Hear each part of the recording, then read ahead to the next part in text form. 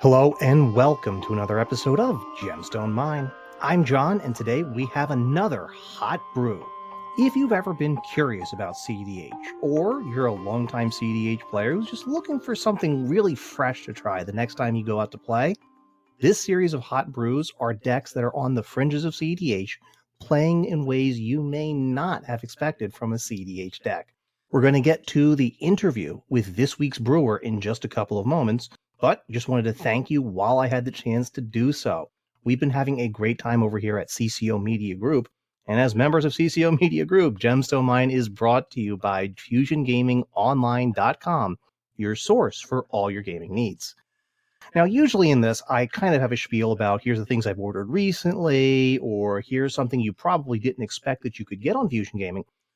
But I don't really have a lot of time for that today because we have an amazing interview, and it is a really, really long one. So I want to get right to the good stuff. Thanks to our sponsors, FusionGamingOnline.com, for making episodes like this and other things on CCO Media Group, like Commander Cookout, Commander Ad Populum, and Commander History with Mac and Ryan. All of these are still going strong and still amazing, so be sure to check them out. If you're enjoying the work we're doing here on Gemstone Mine, be sure to give a like, subscribe if you're on YouTube, or comment, or whatever else you do on all the various platforms. I really need to learn what all those things are supposed to be doing. Anyway, without further ado, and knowing what a monster episode we have today, I'm going to kick it over to Past John with our interview on this week's Hot Brew. So today, we're leaving our docksides and our breaches in the long box, and we are talking Sans Red with Spleenface. Welcome to Gemstone Mine. Hi, thanks for having me. Why don't you introduce yourself to folks who may not be familiar with your side of the world? Sure. I am Spleenface. I have been in the cEDH community for, I think I'm coming up on an embarrassingly long time. I'm a member of a few different content creation groups. The Into the North podcast with my fellow Canadian cEDH players, Sick Robot and Noobzors, as well as streaming with Team Turn 3 and the occasional appearance on the Mindsculptors with my good friend Callahan. And of course, we're going to have a link to all of that on Spleen's link tree down in the description of this episode. But today we have you on because you are bringing a hot brew to kick off, I guess we're going to call this the Arc of Sans Red, as we are jumping from, let's see, we started with Teamer Month, we went to Azorius, then Jeskai, and now we get to have 4 colors, and our first time that we're really going to talk about a color identity that includes black. But before we get to the brew, tell me, how would you describe your approach to brewing decks?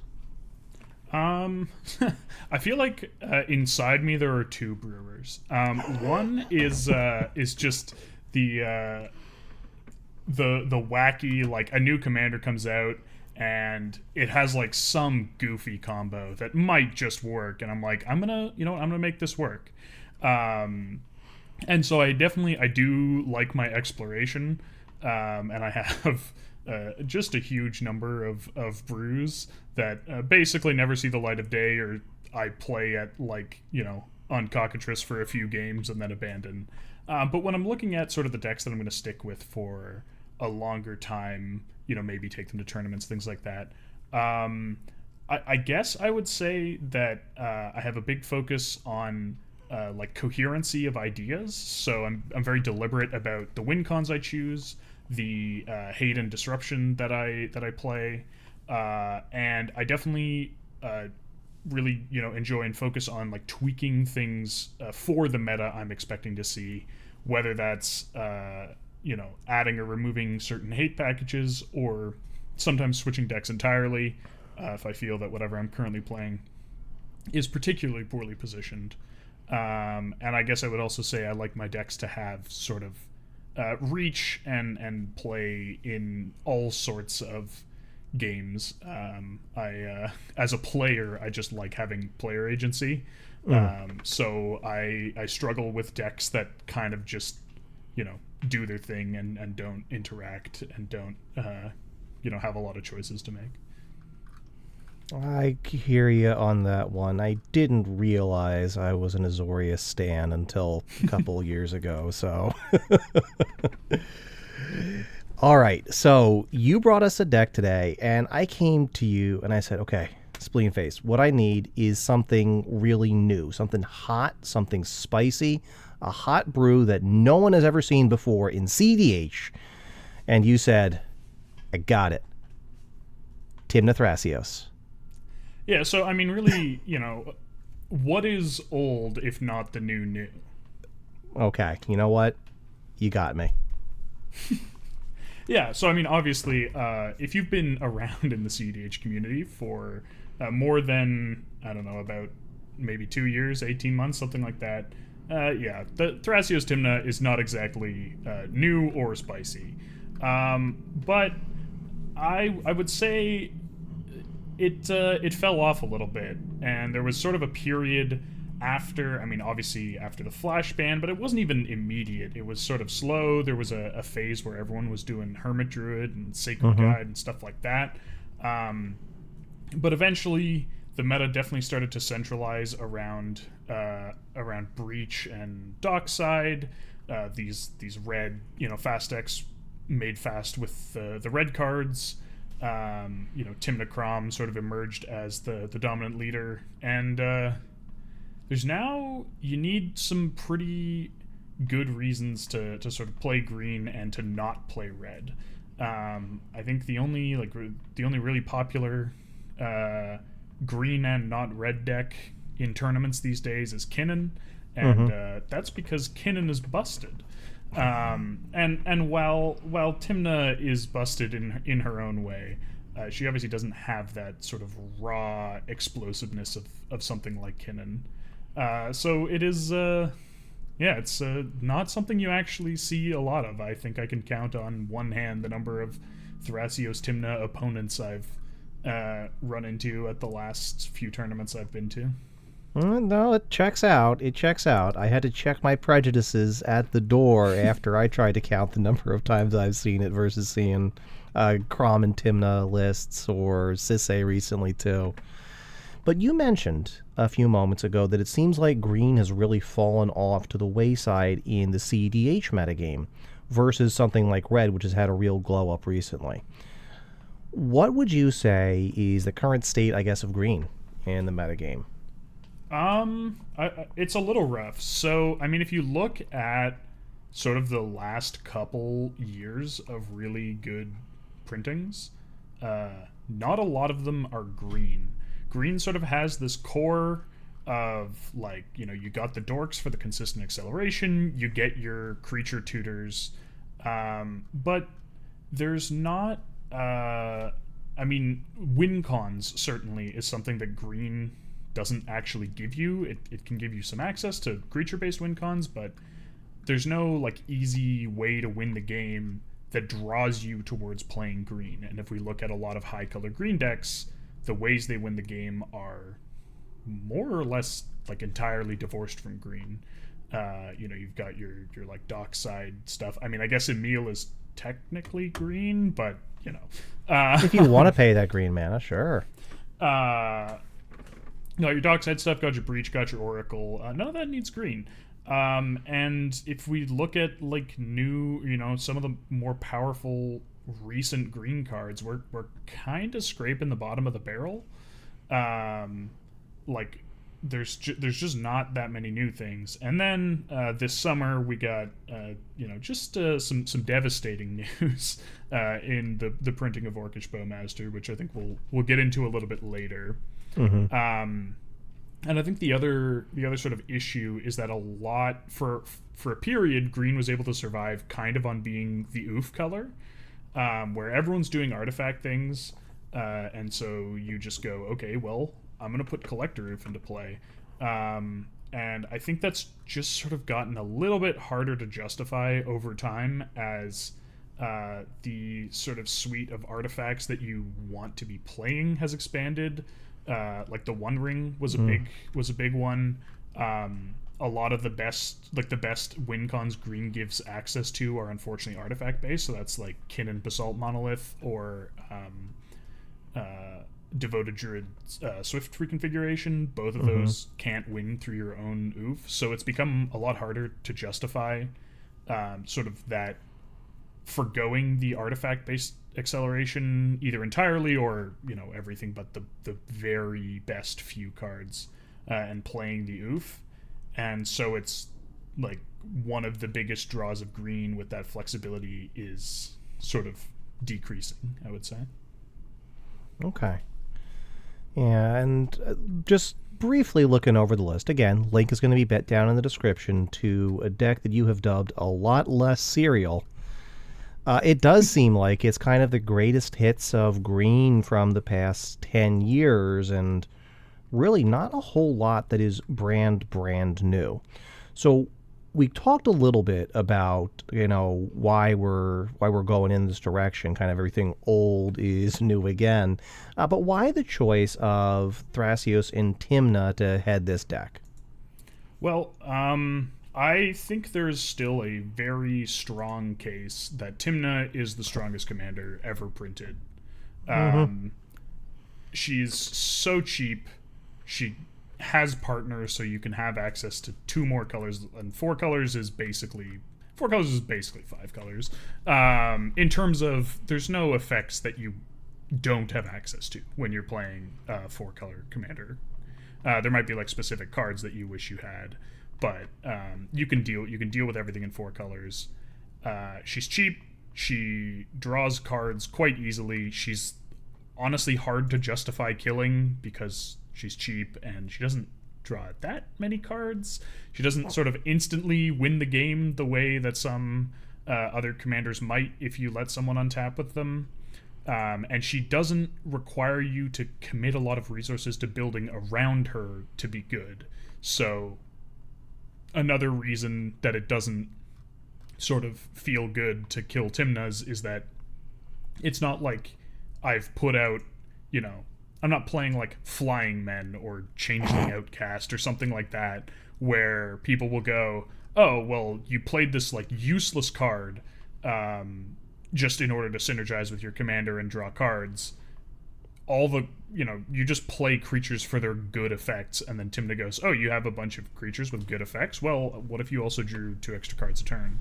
And then Thrasios is an infinite mana outlet, a colorless infinite mana outlet, which gives a lot of flexibility for what win cons you might choose to play.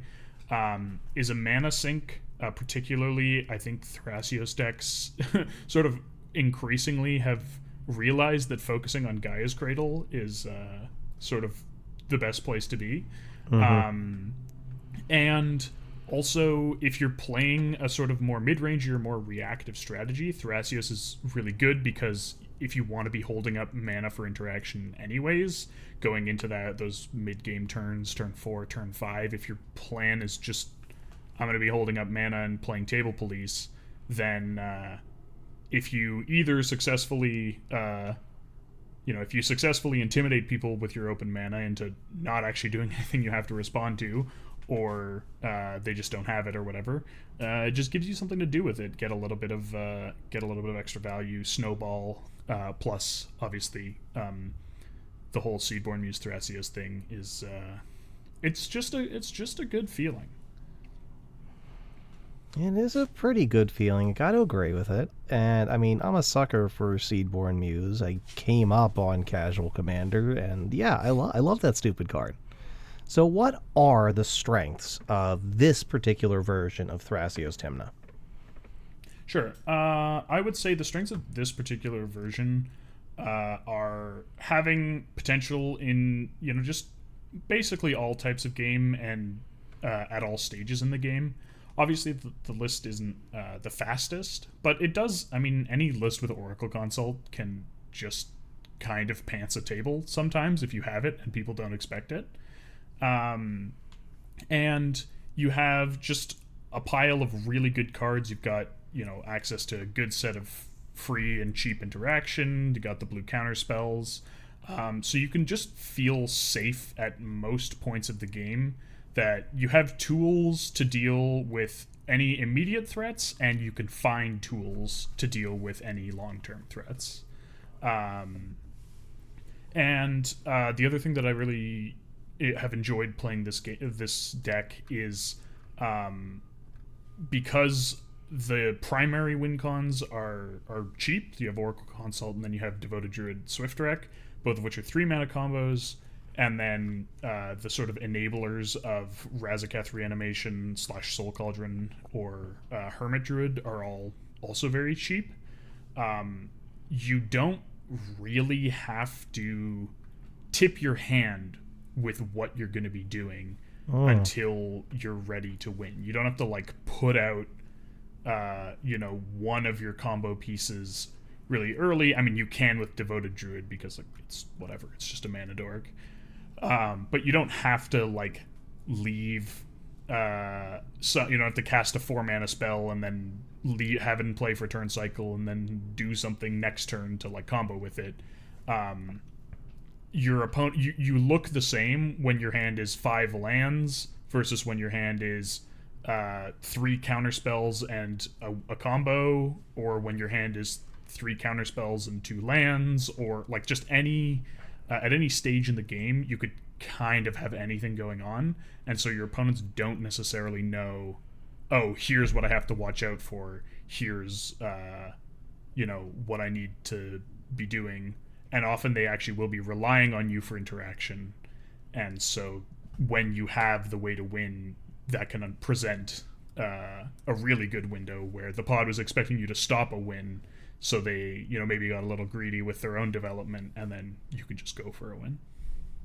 Interesting. Okay. I hadn't thought about it in that respect, in terms of you kind of creating that window by being the apparently responsible player at the table, so everyone else feels like they can be irresponsible. Interesting. Well, what are some of the weaknesses that this deck presents? Sure. I would say there's a few main weaknesses. One of them I touched on already, which is it's just not that fast. Like, you can have your turn 2s. They exist. I've done it, but it's like you're really not a credible turbo threat. Like, and you can't even really consistently mulligan to a super early win. So in pods where that might be the best strategy, maybe because that's what everyone else is doing, you don't necessarily have access to that. So that can be an issue. And then I would say the other thing is it's just it's hard to balance. You do need to be developing your board state on those early turns, but you also need to not lose if you're going to win. Important first step. So it can be a little tough to find windows. Like, usually you're safe to tap out turn 1 for a dork if that's what you have, especially because you don't tend to feed docksides, so that makes really explosive turn 2s from your opponents a little less likely. But so, going for like a little bit of mana on turn 1, but then sometimes on turn 2 you're sort of faced like, okay, can I afford to tap out for Tymna here? Do I have to hold mana? There's sort of you can be forced into sort of some awkward curving where you're quite limited on the mana you have to develop or the mana you have to interact with, sort of until you reach that mid-game plateau of like, when you have 5 or 6 consistent mana, you're golden, but choosing how to spend your 3 mana can be a little awkward sometimes. And I guess the last weakness is just it's difficult to get the hang of. There's so many choices and so many decision points, and often the consequences of your decisions are quite far downstream from them. It's not like, oh, I tutored X instead of Y and immediately lost the game. It's like, oh, I think when I went for that, like I had the Neoform 3 turns ago, I should have gone for Dranith. I thought that, I don't know, some like card draw piece would be better, or I should have played this hate piece before that hate piece, or whatever the case may be. Sometimes the problem is you just held open too much mana, right? Like, you didn't develop because you were really worried, and then you hit turn 5 and it's like, oh, I have these 2 cards in my hand, and I've untapped with 3 mana, or like had 3 mana going into my turn untapped these last 2 turns. So it's just it's sort of hard to learn those patterns and what you can get away with and what you can't. So it takes some getting used to. It seems like it's a very variable game plan that you're going into most games with this list. Yeah, for sure. I would say there's sort of, I don't know, three main plans, which are drown everyone in card advantage quickly. Go for Tymna, get your consistent attackers on, get something like a Delny or Rafine going to like really just see, a million cards. There's the plan where you do go for some sort of fast win that people aren't expecting. Like maybe you go, I don't know, turn 1 Land Dork, turn 2 Thrasios, and then like end step a tutor for your Devoted Druid Swift Rec combo or something like that. And then the last plan is go for sort of a medium speed protected win. Ranger Captain is obviously very much flavor of the year. I was going to say flavor of the month, but that's flavor of the year. And with the Soul Cauldron, you can sometimes set up essentially, you put a Ranger Captain on the stack and you go, cool, if you counter this, I'm just going to Soul Cauldron it. So you've got your double Ranger Captain, plus I play Kutzil, which has a very similar effect. So I'd say those are like the 3 main plans, but you can sort of be forced off of them depending on what developments come out and have to pivot between them.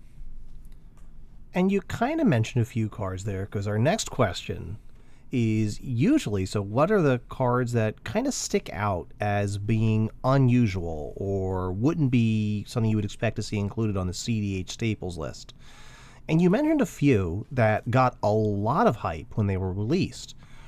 Agatha's Soul Cauldron, Delny, Streetwise Lookout, Rafine. All of these were cards that got a lot of hype when they first came out, and a lot of that hype seemed to die away within a couple of weeks of them being released.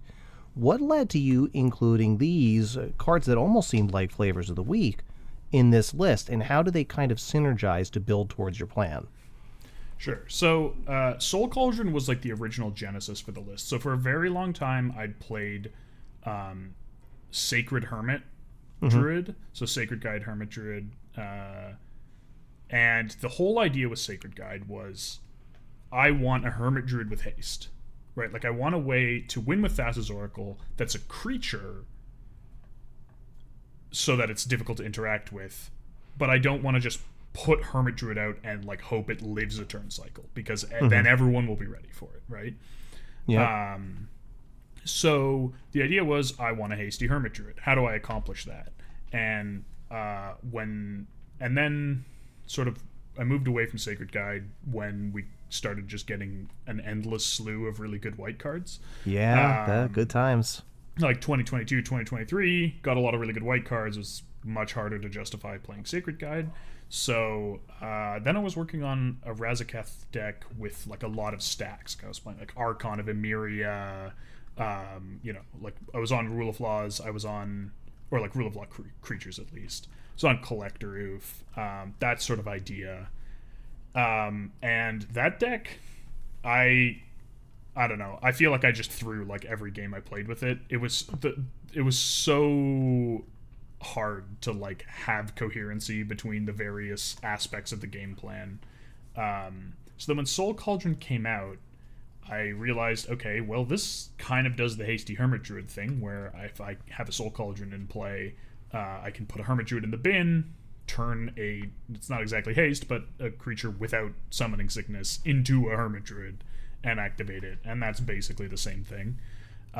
Plus, it also serves as a pseudo reanimate for Razakats, where you just put a Razakats under it, and there you go.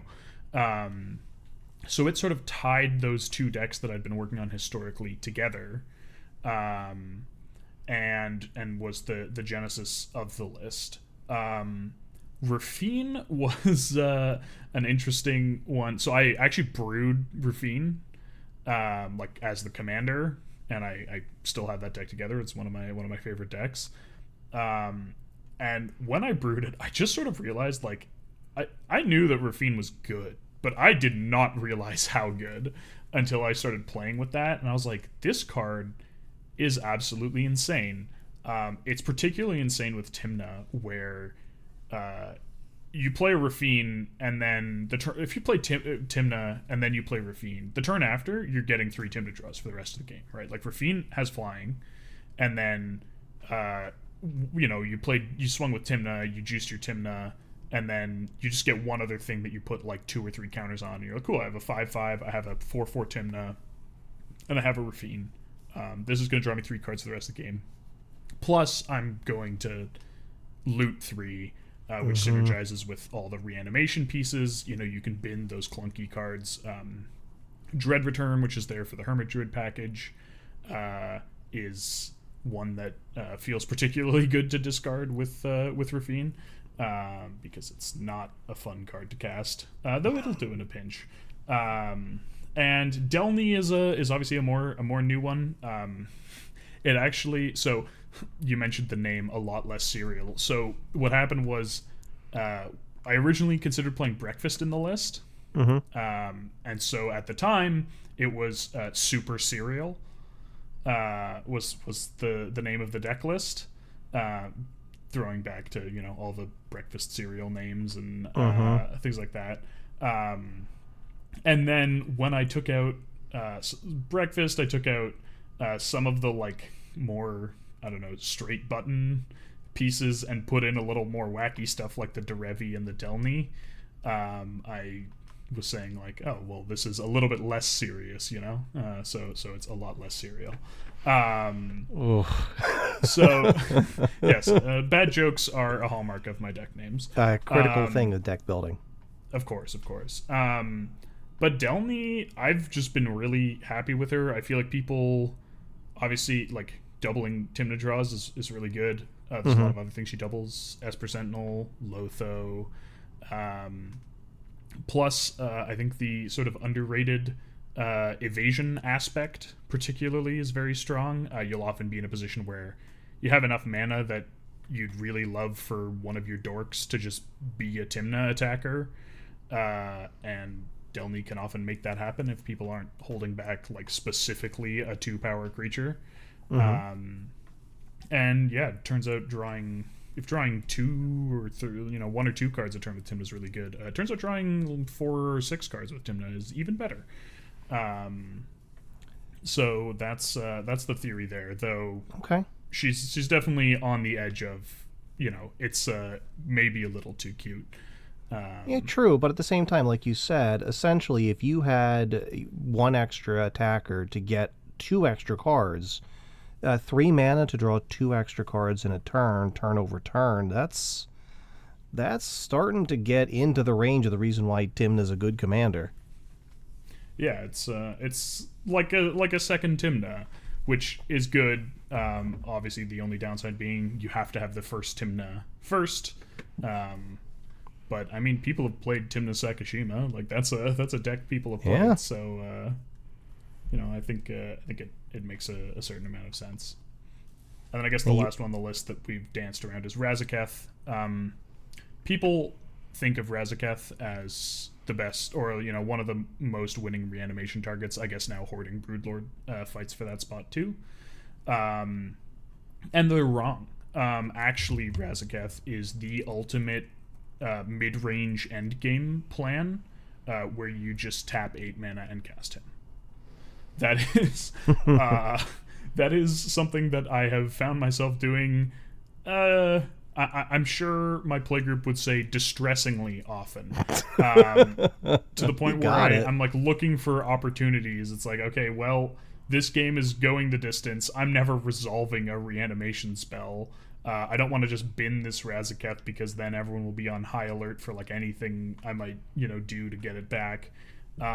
So I guess we're looking for a Bloom Tender, we're looking for a Cradle, something like that, and then we're just gonna slam this Razakats and ask the opponent if they can counter a creature. And the answer to that question is usually no. So, for people who are newer to cEDH, or kind of cEDH-curious as we like to call them here, why does Razakats have that reputation in cEDH? What in specific about this 8/8 Flambly Demon makes it such a powerful piece to end the game? So basically, when Razakats first came out, some very clever people worked out all of these lines that you needed either like 2 creatures or 1 creature and a single green mana with life death, and then you could do these chains with, you got an LED and then you Eternal Witnessed it back, and then you reanimated the Eternal Witness and built up some mana and set up all sorts of crazy wacky stuff. But essentially, it's just become easier and easier to win with Razakats over time, to the point where, like, now I'm not even playing Lion's Eye Diamond or Life Death, because like the setups you need to win are like, oh, if you have, I don't know, 2 mana and 2 creatures in play in this deck that plays 30 creatures after your Razakats lands, you win the game. If someone has a Dockside, you can like, oh, all I need to do is cast a Phantasmal Image, and then like with Oracle Consult, right? You just need, if you have the 3 mana, you tutor once, you get Oracle, trigger on the stack, you sack the Oracle, you get Consult, you win. So it's just incredibly easy to win the game, to the point where you don't even really need to play a large package of cards to enable you to win the game off of Razakats in play. And so that's sort of meant that the deck can pivot away from being like a really dedicated reanimation Razakats deck, and find room for things like the Hermit Druid package, or my backup combo of Devoted Druid, Swift Wreck, and still have access to that. You can just Entomb Reanimate Razakats, or find some other way to bin it and reanimate it. You've got the Soul Cauldron, which is just a really great piece to just sort of have. I mean, the floor of that card is just like nibbling the Breach player's graveyard, or you're just like, cool, I'll just take tutors, I'll take mana rocks, whatever, and then you can put counters on your creatures, let them get through, give them, even just like turning them into mana dorks, copying people's ranger captains, things like that, Douthie. So that card's just great to have, and then also lets you reanimate Razakats. And so yeah, it's basically Razakats decks don't need to be dedicated fully 100% focused on Razakats anymore, which opens up a whole world of possibilities. Opens up more slots, allows you to build a deck that seems like it is much more flexible and able to pivot. One of my first, I guess, quote-unquote true cEDH decks was back during the dark times of Flash Hulk. I thought I was being really clever with Anafenza and trying to run that as a Razakats deck. So, yeah, I remember the dark times. You and one of my podcast co-hosts. Yep. Oh, so the flexibility of this deck really does seem appealing. The ability to be the table police, have, God, an embarrassment of riches of different card advantage engines, both in the command zone and in the 99. This seems like it has a lot of different ways that it can go, and I guess you kind of already did say that makes it a little bit tough to be able to know which direction is the right direction to go in. What are some basic tips, I guess you would say, to guide somebody who's trying out this list for the first time? When should they know that, when should they go and develop that turn 2 fairy mastermind, versus when should they hold back and kind of pump the brakes on the table? So I guess I would say it's this is a deck that will force you to learn how to evaluate pods and table positions very quickly if you're going to have success with it. One of the big things I look for is You really want to pay attention to the turn order of everyone at the table, because people will react to what you do. If, let's say, you're whatever seat you're in, if Rogsai's going directly after you, and everyone before you's tapped out, guess what? You've been forced to play police here. Like, if you tap out, I mean, obviously, sorry, when I say tap out, assuming you don't have, free interaction. Like, if you turn off your own interaction, you're probably just gonna die. But if you have a more reactive deck between you and the fastest deck, you can sometimes get away with being a little bit more greedy, saying like, hey, I'm just gonna tap out for Tymna on turn 2. This, I don't know, this Tivit deck is untapping with 3 mana, so I don't think they're gonna like Tivit combo me or anything. But like, they probably have interaction and they can cover the next person, and them seeing that I'm tapped out, will probably choose to hold that interaction. I can even, you can even like say that explicitly, like, hey, I'm going last. I feel like I need to, develop this Tymna here. So hopefully you've got it, Tivit, or something like that. You can also be proactive about that, where if you really don't want to be holding the interaction, you can sort of announce your intentions to maybe take a riskier line and hope that people ahead of you don't just fully tap out. And then I guess I would say also, you kind of want to mulligan such that if you think you need to hold, like, even just a single blue mana is an incredibly powerful thing to hold open. So if you can look for a hand where, you can play, say, a Dork on turn 1 or some other acceleration, you've got Mox, Diamond, whatever, and then you can play a 2 mana piece on turn 2 holding open a mana, and then a 3 mana piece on turn 3 holding open a mana, that sort of thing. And snowball from there. And I guess the other thing is to look for, particularly in pods where people are gonna try and bully you into being table police, look for those hands that can early win, right? Like, if you think on turn 3 the people in front of you are gonna tap out and say, hey, you have to deal with a Rogsai, if you can go like, cool, neoform my Dork into Oracle and then play Tainted Pact, you're dead. Then that's a really good way to take advantage of sort of the expectations and conditioning that your presence at the table will create. And it's interesting that you put it that way, because I do remember back in the day, you had to kind of guess what Thrasios Tymna deck was across the table from you. What are they going to be playing in the 99? Just because at the time, the pool was just so deep in those colors that it was almost impossible to be able to look at that pair of commanders and assess what their game plan was going to be.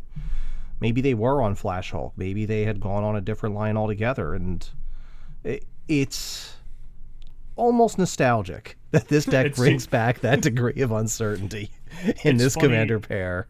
It's funny to hear you say that, because like, that was sort of true and also sort of not, because like, at least when Flash was legal, you just had to assume they were on Flash Hulk. Yeah. And then if you found out that they weren't on Flash Hulk, you didn't go, oh darn, I was so ready for Flash Hulk. You just breathed a sigh of relief. Yes.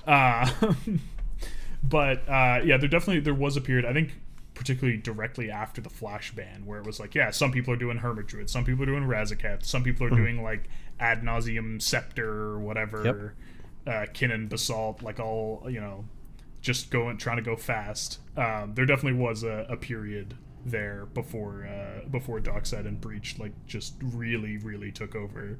That sometimes your Thrasios Tymna opponent played like Mana Vault, and sometimes they played Collector Roof, and you just had no idea which it was going to be until one of them landed. All right, so why don't we start to try to put the picture together then? What makes for a really good opening hand with this deck? What when you see the first 7, you look at that and you go, oh yeah, keep. What does it look like? I'm sure someone will laugh at me for this. I see a lot of discourse about not keeping hands without a solid game plan. Mm-hmm. But to me, it's acceleration and interaction. Unless I feel like I really don't need the interaction, like I'm in a specific pod where I think I can get away without the interaction.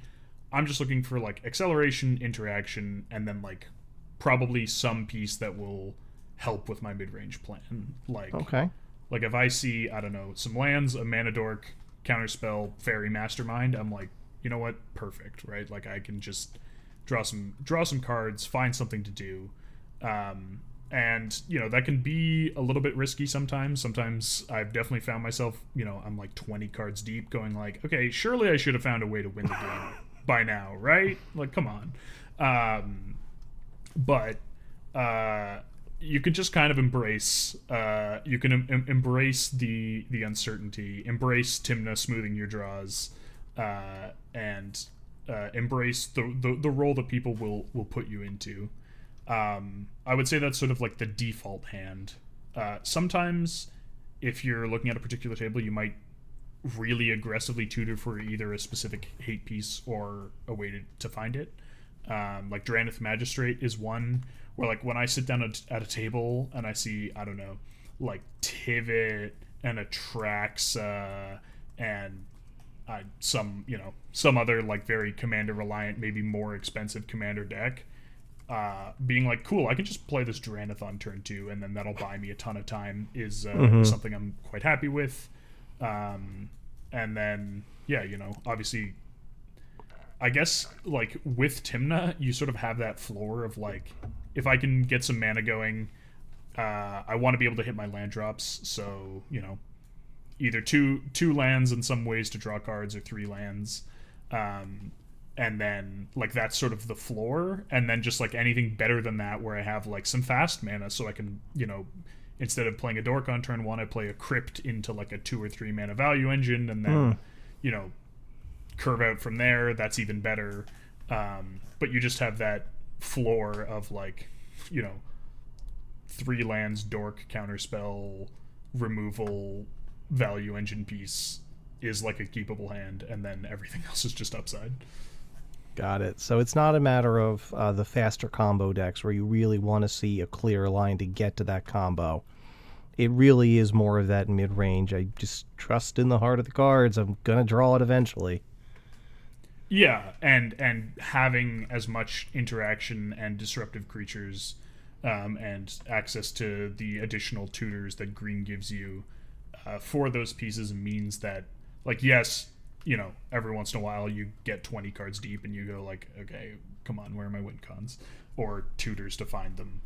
But usually, if you look at, you have your opening hand, and then if you get like 10 cards deep over the next 5 turns, you'll find something that either puts you, really far ahead, whether it's like a crazy value engine like Seedborn Muse or the One Ring, or Rhystic Study, depending on the pod, or you'll find a way to more concretely win the game.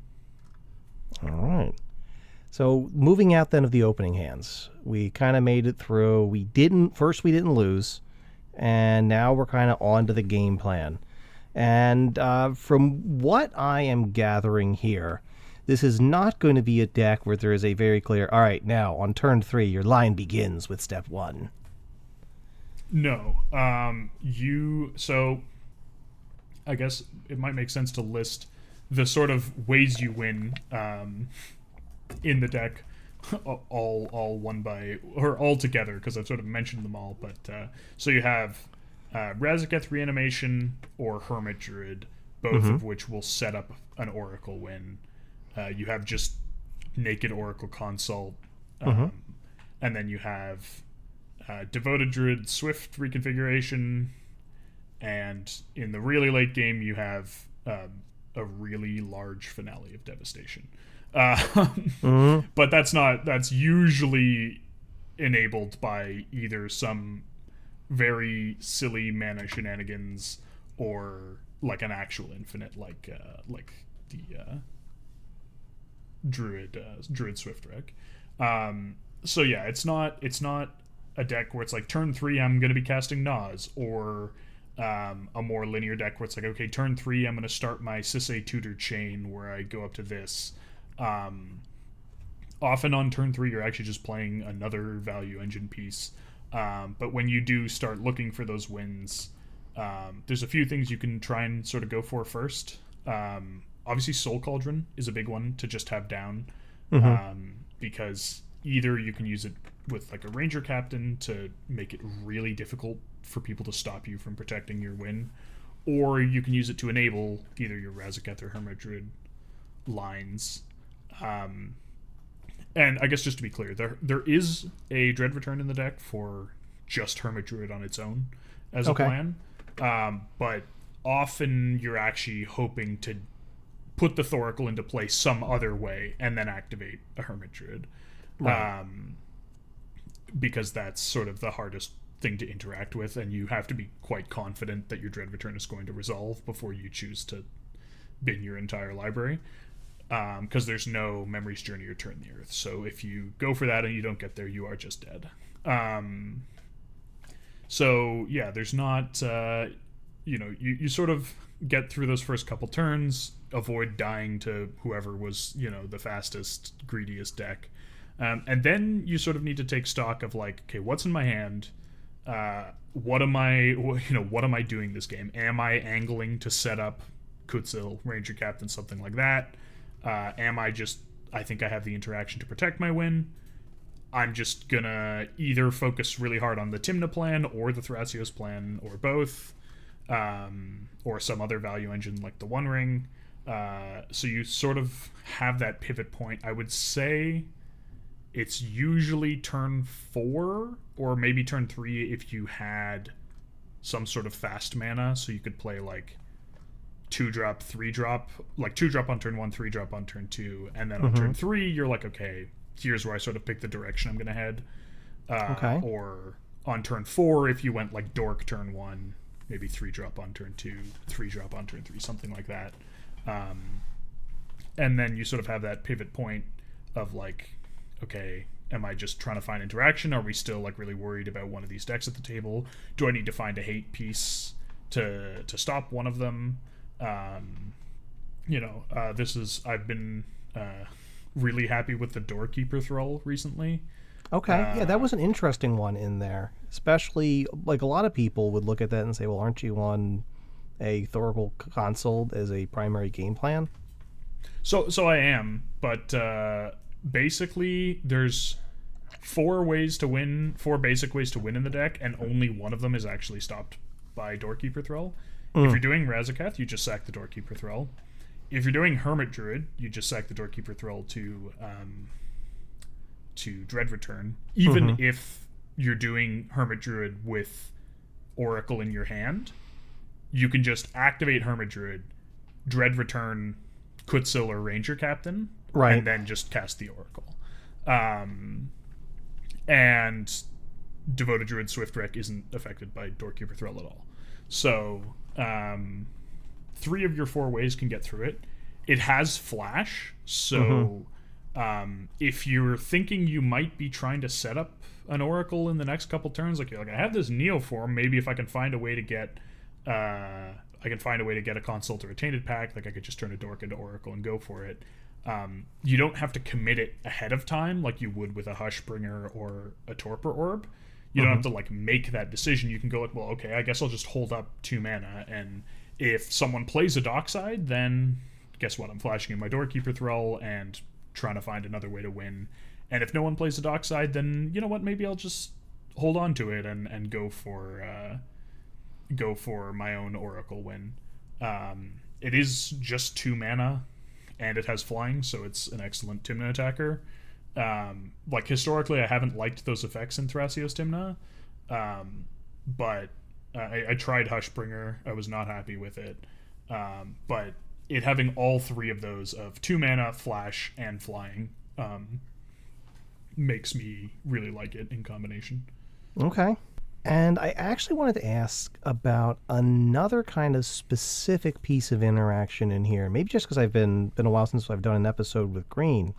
But I noticed that among your suite of interaction, you are playing both Tear Asunder, and Veil of Summer.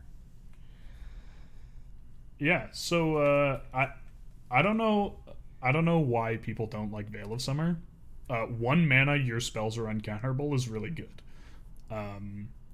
It can also have some plausible deniability if you can time it right on like protecting some more impactful spells, even winning the game. Like I've had a game where I was attacking. I think I played like Derevi or something, and then was attacking with Tymna. I was going to like draw 3 cards and untap 3 things, and someone went, "Okay, I'll kill like." Well, I forget if it was the Derevi or the Tymna, and I went like, "Okay, well, I'll Veil of Summer to save it from this kill spell," and then that resolved, and then I went, "Okay, well, in my post-combat phase, I'll kill you, and my spells are uncounterable." That card's just good. It draws a card too, and Tear Asunder is the one that basically everyone who's looked at this list has gone, really? I don't know if it'll stay in the list forever. I've been really happy with it. I have made very many One Ring players very sad.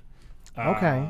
Because it exiles One Rings, and then the deck generally has a lot of mana going into the mid to later game, so it doesn't feel great to kick it. But you definitely can in a pinch to remove anything. It's exile, so it can't come back. But the reason it's specifically in there is because it's one of the only 2 mana ways of consistently answering the One Ring. Okay. I think there was sort of a phase where like not only was every deck playing the One Ring, like every deck's still playing the One Ring, but every deck was playing the One Ring and like Minamo, and like people were looking at keys and like, you know, just like, oh, I'm just gonna play Turbo One Ring and I'm putting Transmute Artifact back in my deck and like all of this. I think that's calming down a little bit. So it might come out as like One Ring just becomes like an option that people go for sometimes, as opposed to like people building their entire decks around just turboing out the One Ring and cheesing it. But I keep thinking, I look at the card and I'm like, this card is embarrassing, I want to cut it. And then I play the card and I'm like, this felt great. Like every time. Oh, those are the best kind of cards, though. So it seems like the deck does have a lot of different play. What kind of game plans in particular do you find the deck to be really strong against? I think if you sit down and you see what you are confident is going to be like a relatively dedicated stacks deck in the pod, that's the dream. Because the big advantage you have over, you know, like sort of Tymna Crom is like the sort of default, like here's the standard to beat cEDH deck. Like as a benchmark, you know, people will ask like, well, why not just play Tymna Crom? Why play this over Tymna Crom? And the answer there is you are so much more comfortable under like basically any hate piece that you might see. Some of them will still affect you. You're much less vulnerable to like Null Rod type stuff. You can't really win through Rule of Law, but just the way the deck tends to play, you can sort of set up your pieces still very easily, and you're happy just like sinking mana into Thrasios if you can't spend it all on more impactful spells. And Thrasios draws cards under Rule of Law and Crom doesn't. So you know, you just have like if you see something that's going to have a lot of interaction and a lot of disruption, and static disruption in the pod, then like you feel really good, because that means, you know, you're probably, between you and that other very disruptive deck, you're probably not going to die super early to like, you know, the Rog size of the world, and then you are positioned like, if they play hate pieces that aren't super bad for you and you play mid-range pieces that still work through their hate pieces, you win that game in the mid to long range, because they stop everyone else from winning and you draw cards while they're doing it. It feels like a good position to be in. Are there any particular pods or decks or other game plans that this Thrasios Tymna brew really doesn't want to sit across from? So I would say that in terms of like a pod, sort of your nightmare pod is like 3 non-blue turbo decks and you. Like no deck other than one with like super hard stacks can deal with that level of threat to, or that like that ratio of threat to answer. But this one in particular, if you're playing Tymna Crom and you see like Tymna Jeska and Corvold and I don't know Obnixilis, you can be like, okay, here's what I'm gonna do. I'm gonna mulligan to like a fast win and like 1 counterspell, and then I'm gonna hope that I can stop whoever's the fastest. Either be the fastest myself and stop whoever's exactly the either be the fastest myself or be the second fastest and stop whoever's the fastest. That's my hope. This deck, that's like not a realistic hope. You're almost never going to be the second fastest in a pod full of fast decks. Because you just don't have Dockside, you don't have Ad Nauseam, so you don't have like a lot of mana and 1 card doesn't win the game the same way. So that's sort of the nightmare pod. And then the other thing that I've sort of danced around and is honestly like a reason to just not play this deck is Bowmaster. Bowmaster is just absolutely miserable. That card is so frustrating to play against for any board-centric strategies, especially because people will just gleefully feed cards into... like someone has a Bowmaster, someone has a Rhystic Study, and they're going like, cool, we'll just feed the Rhystic Study player cards and they'll just pick apart your entire board. And then we'll deal with the Bowmaster later, or not, or whatever. But just the fact that somebody else drawing cards leads to your board getting dismantled is an incredibly frustrating play pattern, and one that like really does make you suffer. So I've tried a few different things to be a little more resilient to Bowmaster. Aboleth Spawn has been in and out of the list. But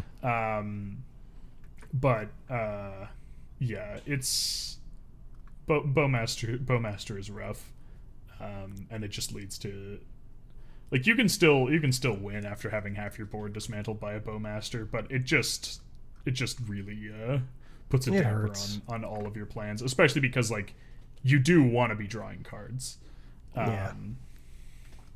So it's not even like, oh, if other people are drawing cards, I'll get picked apart. It's also, oh, I can't really afford to draw too many cards or I will get picked apart. And I'm also curious too, just kind of as a last aside, looking over the list, I noticed that you are on a lot of really powerful, like, abolisher effects on legs. You got your Ranger Captain, you've got Kutzel, kind of the new hotness. You're on the old classic of Sylvan Safekeeper, but you're not actually on Abolisher itself. So that's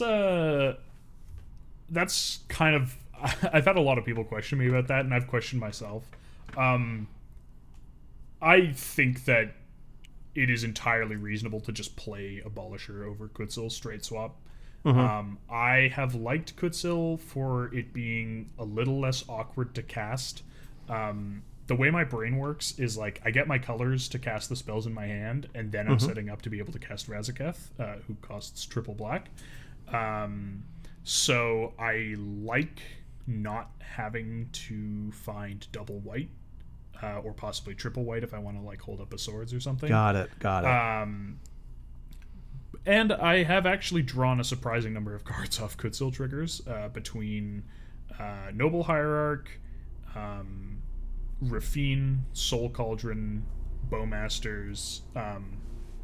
It is surprising how often you have at least one of those that could draw cards off Kutzel. I think you could also play Abolisher if you wanted to, but that's sort of my personal like. I'm there's a long list of cards that I'd love to put in this deck, and I just don't quite have the space for all of them. And if you want to hear more about Spleenface's opinions on Grand Abolisher, please be sure to listen to the recent episode of Into the North, which I think was entitled something like Grand Abolishment. Yeah, we did a whole deep dive on all of those effects, sort of talking about which ones we like, maybe which ones we like not as much, and how their proliferation, both in terms of printing and in terms of inclusion in decks, has sort of impacted the meta. And yeah, so if you're interested in learning all about that, definitely check us out. We're on YouTube, and we syndicate through Podbean, that I think puts it on like basically everywhere you listen to podcasts. But I'm sure someone will have their obscure platform and say, actually, you're not on whatever streaming service they use. If anyone is really interested in digging in more into the minutia of what goes on in the cEDH metagame, just listening to the episodes where the Into the North crew were sitting around talking about, here's what I'm thinking about for this tournament, here's what I'm thinking about after this tournament, this was something that really surprised me at this event, or this card got printed, what can we do with it? Like, I think I discovered you guys literally complaining about, oh, yeah, Flash Hulk, there's so many different ways it can go. Who knows what it's going to be? Oh, wait, we just had this card called Thrasios Oracle printed. Yes, I remember that. I'm pretty sure we recorded that episode. Like, Oracle was spoiled, and we went, like, we need to record an episode tonight. Yes. Get this out as soon as possible. So of course, I'm going to have links in the description of this episode to Into the North. If you are not already listening to them and you're really interested in cEDH, I cannot recommend strongly enough checking them out. They are one of my regular downloads, watches, and listens. Well, I definitely appreciate that. I know we can be a little dense, particularly for people who maybe aren't as invested in cEDH. We definitely do try and do some more high level analysis. But yeah, if you want your deep dives on topics you never even thought to ask about, then that's what we're here for. All right. And before we wrap up, Spleen, let me ask you, can you give us a quick elevator pitch, that last chance to try to get somebody to try this deck out? What would your pitch be to someone who's cEDH-curious and wants to give this deck a shot? I would say, I think what it does is it showcases the power of creatures. Really, is what the deck is all built around. Almost all of the synergies are creature based, and the creatures are sort of what enable the deck to actually function. So if you've looked particularly at like the more meta stuff, the Grixis stuff, and gone, yeah, but like, Magic is really primarily about creatures, and like I like in other formats, the creatures are like threats that can win the game, and I like things like combat. Then I don't want to just like have my creatures be straight win cons and nothing else. I think this is the deck for you. All right. Well, thank you once again for taking time out of your day to join us, Spleen. We talked about Into the North. You want to shout out your other various content creation occupations? Sure. I guess, yeah, I stream, I would say every Sunday, but I'd be lying a little bit, with Team Turn 3. We try every Sunday, but it's a struggle to, have 4 people who are consistently available on Sunday evenings. But check us out at twitch.tv/Team Turn 3. And I also appear on the Mindsculptors podcast, though it's been a little while since I've actually been on an episode. You may have to go kind of deep into the back catalog, but hopefully I will respond to one of those pings before somebody else someday soon, and actually get back on there, because I really do enjoy talking with Callahan and Ian about cEDH. So check them out too. And someday Into the North will put out a second gameplay episode, I promise. We have them recorded. We just need to find someone who can edit them. Yeah. All right. Well, again, thank you for taking time to come on to Gemstone Mine and tell us about your hot brew. If you've enjoyed this or any of our other episodes, obviously you can find us on YouTube, where we're part of Commander Cookout Media Group. If you want to get in touch with us directly, you can reach us over on Twitter, where we are at GemstoneMineMTG, or you can send us an email, gemstoneminepodcast@gmail.com. Until next time, I'm John, and this is Gemstone Mine.